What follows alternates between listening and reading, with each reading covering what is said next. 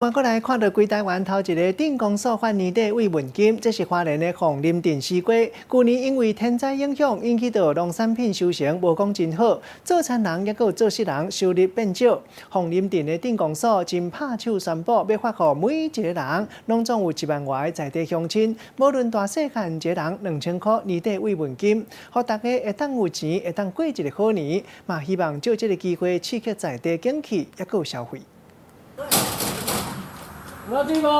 林长甲手头的通知单随场发予镇民，年尾5要到，花莲县凤林镇公所真大方咧宣布讲，过年要送红包予镇民，大家人拢有2000块的慰问金。每一个人呢，就是2000块，不管你是0岁到几岁，只要户籍呢，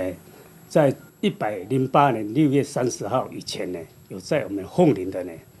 我们都有给他发放。因为去年镇上的西瓜甲土豆，这个重要农作物受到天灾的霜冻欠收，地带甲农民甲工人的收入拢减少去，嘛来连带地方的景气，所以这个镇公所就决定要为中区本所卫生掩埋场的收益，甲拨2000多万出来予镇民，通予民众较好过年。即届过年，恁会使加领2000块，恁知无？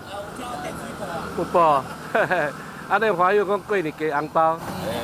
凤林镇公所伫过去的2年，有公告真侪项社会福利政策的补贴，这些拢是用掩埋场赚的钱，会使讲是全县13个乡镇福利上好的。镇长嘛鼓励镇民尽量来镇上